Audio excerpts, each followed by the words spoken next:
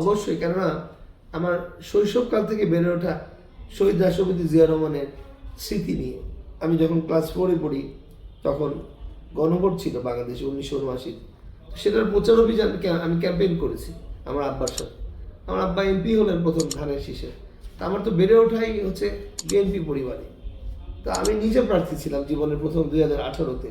আমি আমার আব্বার প্রত্যেকটি নির্বাচনের প্রধান ইলেকশন এজেন্টও ছিলাম। আমি ইলেকশন তদারকি, সমন্বয়, কন্ডাক্ট সব কিছুই করেছি।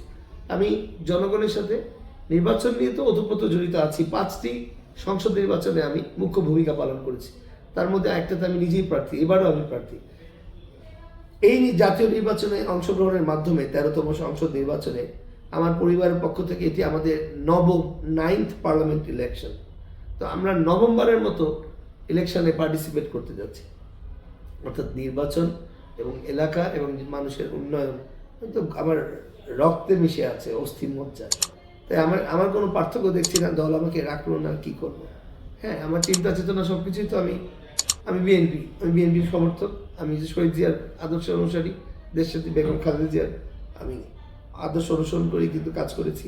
একইভাবে 17 বছর যে পদে থেকে 2018-তে নির্বাচন করলাম, আমাদের তৎকালীন ভারপ্রাপ্ত চেয়ারম্যান জনাব তারেক রহমানের সরাসরি দিক নির্দেশনায় কিন্তু আমি নির্বাচন সহ সব কর্মকাণ্ড করেছি। আমার কাছে কোনো পার্থক্য নেই।